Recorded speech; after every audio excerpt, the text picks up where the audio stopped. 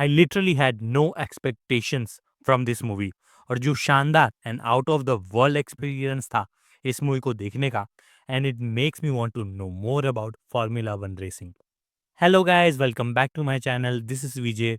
और आज मैं करूंगा मूवी का रिव्यू जिसका नाम है F1। F1 एक स्पोर्ट्स ड्रामा मूवी है जिसे 27 जून 2025 को रिलीज किया गया था। स्टोरी की बात करें तो Sunny hedge formula one racing का एक प्रॉमिसिंग ड्राइवर था जिसका करियर बहुत जल्दी खत्म हो जाता है एक हादसे की वजह से।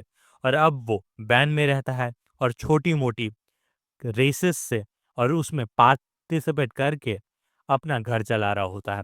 बट उसका एक पुराना दोस्त उसको मिलता है और उसको चांस मिलता है फॉर्मूला वन रेसिंग स्पोर्ट्स में फिर से पार्टिसिपेट करने का एज अ ड्राइवर, और उसकी अपने आप को रिडीम करने की, और ये इवेंचुअली रेस जीतने की जो जर्नी है वो मूवी में दिखाई गई है।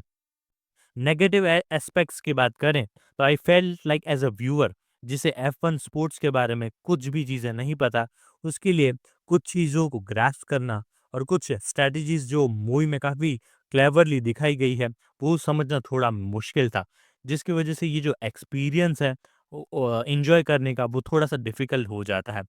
इवन दो मूवी का क्लाइमैक्स काफ़ी ज़बरदस्त था, बट आई फेल्ट कि इस क्लाइमैक्स को काफ़ी जल्दी ख़त्म कर दिया गया था। लास्ट की जो रेस है, लास्ट का जो विनिंग मोमेंट है, उसको ज़्यादा स्ट्रेच किया होता तो ये जीत और ज़्यादा शानदार लगती। टॉकिंग अबाउट पॉजिटिव तो F1 की जो सिनेमेटोग्राफी है वो ऐसी थी कि जैसे ऐसा लग रहा था कि आप लाइव रेस देख रहे हैं। F1 कार के जो पॉइंट ऑफ व्यू से जो शॉट्स लिए गए हैं वो मूवी के बेस्ट मोमेंट्स में से एक थे। The story line was so powerful कि रेस के वक्त जो टेंशन बिल्डअप होती है, जो हाई एक आपको मिलता है, वो भी मूवी में दिखाई देता है।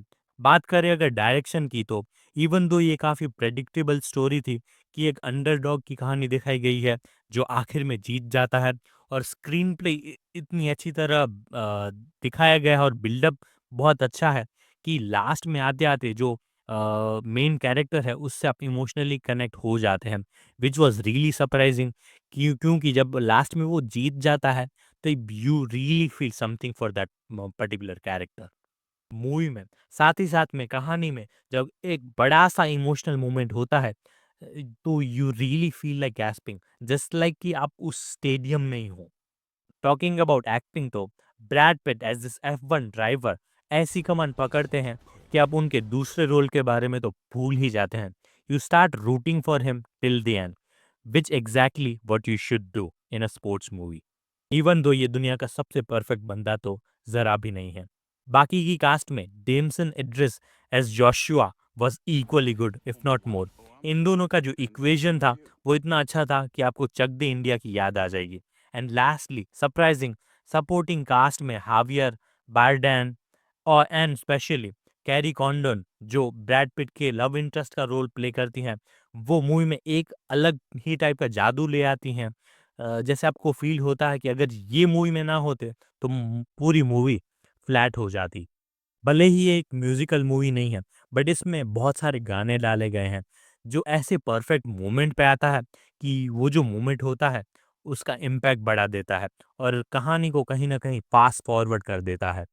But my favourite was lose my mind with Don Toliver and Doja Cat. ये जब रेस में आता है तब अलग ही वाइब होती है, एंड हांस जिमर का जो बैकग्राउंड स्कोर था वो चार चांद लगाता है।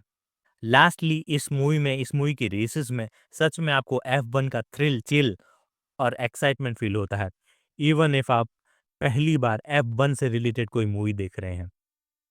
सो इन्हीं चीज़ों की वजह से I will give this movie 4 stars out of 5।